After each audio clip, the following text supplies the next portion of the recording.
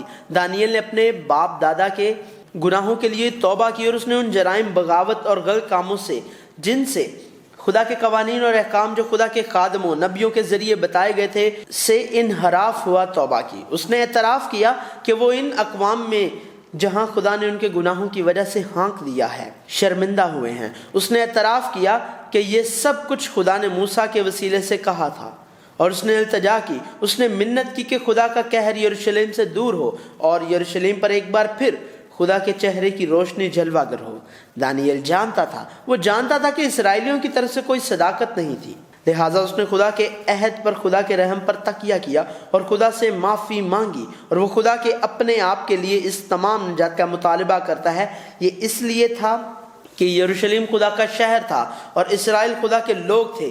یہی بات ہے، یروشلم کا جرم اور تباہی خدا کے لوگوں کا جرم اور تباہی خدا کے نام سے منسلک تھے۔ ہم بھی خدا کے فرزند ہیں، لہٰذا ہمیں یہ بات بھی یاد رکھنی چاہیے۔ یہ یروشلم کے زوال کے تقریباً 50 سال بعد تھا۔ دانییل میں نبوت کی تعبیر۔ شمالی اسرائیل اور جنوبی یہودا کے زوال سے پہلے اور بعد کا تاریخی رجحان مندرجہ ذیل ہے۔ شمالی اسرائیل 722 قبل از مسیح میں اسور کے ذریعے تباہ ہوا تھا، جو بحر روم کی طاقت کے طور پر ابھرا تھا۔ جنوبی یہودا 586 قبل از مسیح میں بابل کے ذریعے تباہ ہوا تھا، جو اسور پر غالب آیا اور نئی بحر روم کی طاقت کے طور پر ابھرا تھا۔